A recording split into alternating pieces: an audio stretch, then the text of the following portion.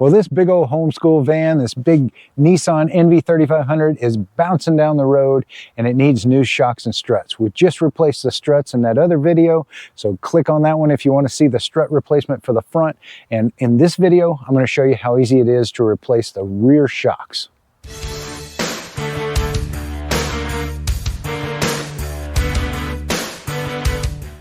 Now, one of the first things you might be asking yourself is, how do I know when it's time to get new shocks or new struts?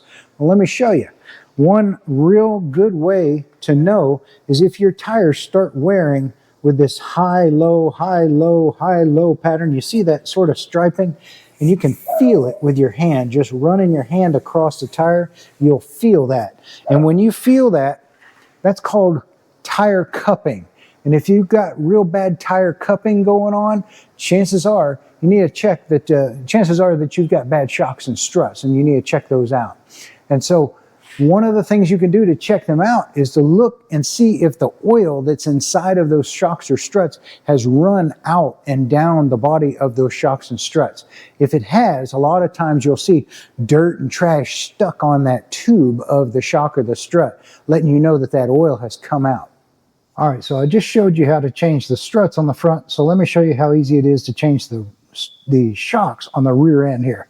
So I'm under the car. You know, you're going to want to support your vehicle nice and safe, and then it's a good idea to put something under the rear axle to support it as well. I've got this jack here. And what we've got to do in order to get these rear shocks out of here is they're held on with a nut up at the top there. It's a 19 millimeter.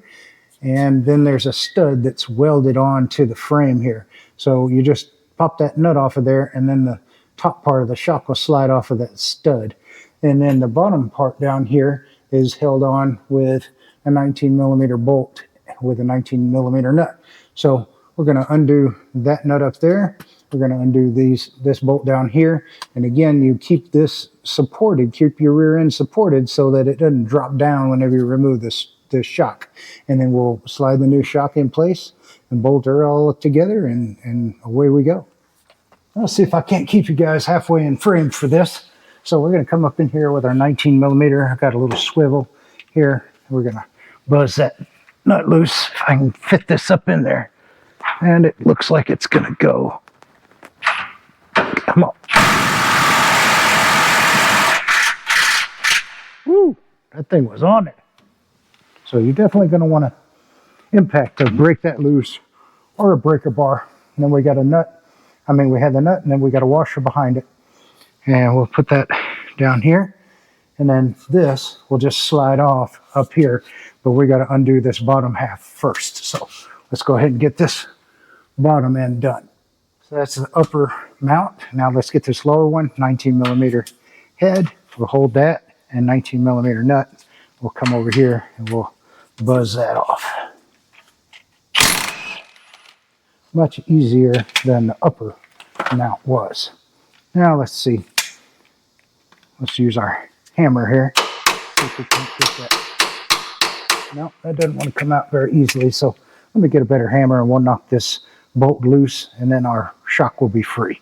All right, got a little hammer here, a brass one, so I don't booger up the threads. It's kind of a weird angle, but whatever. We'll make it work. And get that bolt started out of here.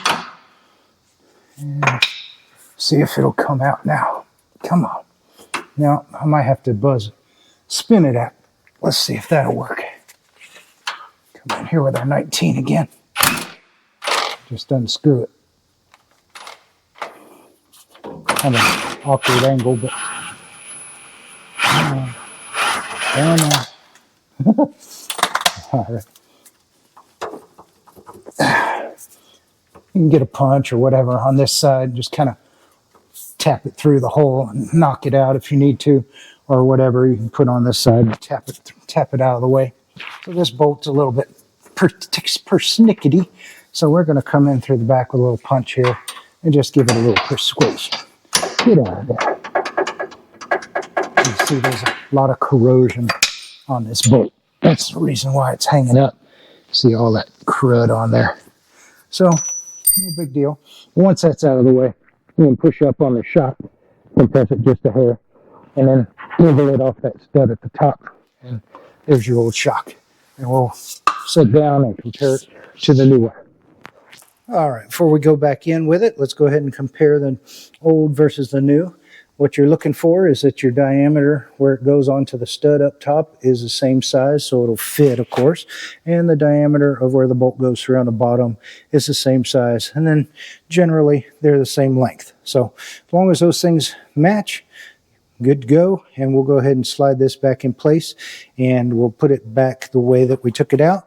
We will put this end, the large end, up high onto the stud, and then we will slide the lower portion into the cradle.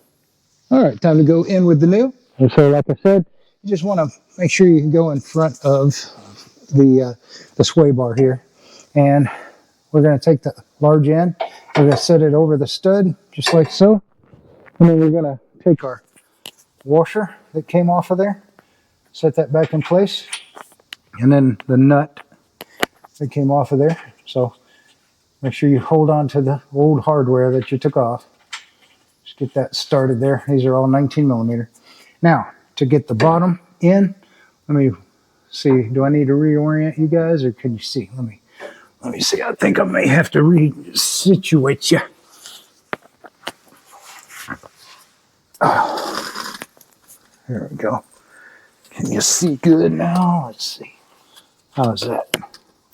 I need to get myself a better tripod, don't I? I think you can see that. All right. So now that we got the top on the stud, we can take the bottom, we can just slide it into place. And if you need to, you can compress it a little bit, slide it where it needs to go, just like so. And then remember, this bolt came through this direction, so just make sure that you go back in the way that it came out. You might need to give it a little love, make it go home. Get your nut on the back side, get it started as well. There you go, 19 millimeter.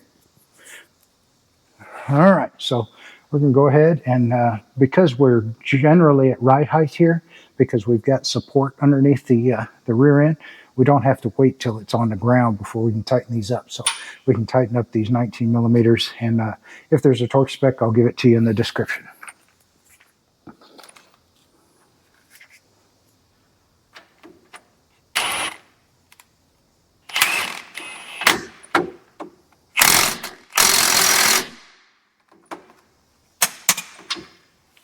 There's the lower. Let's go get that upper.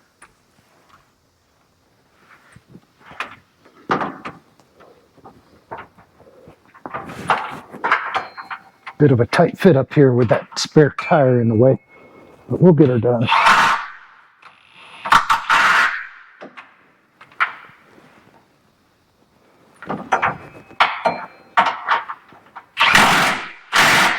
There we go. Done.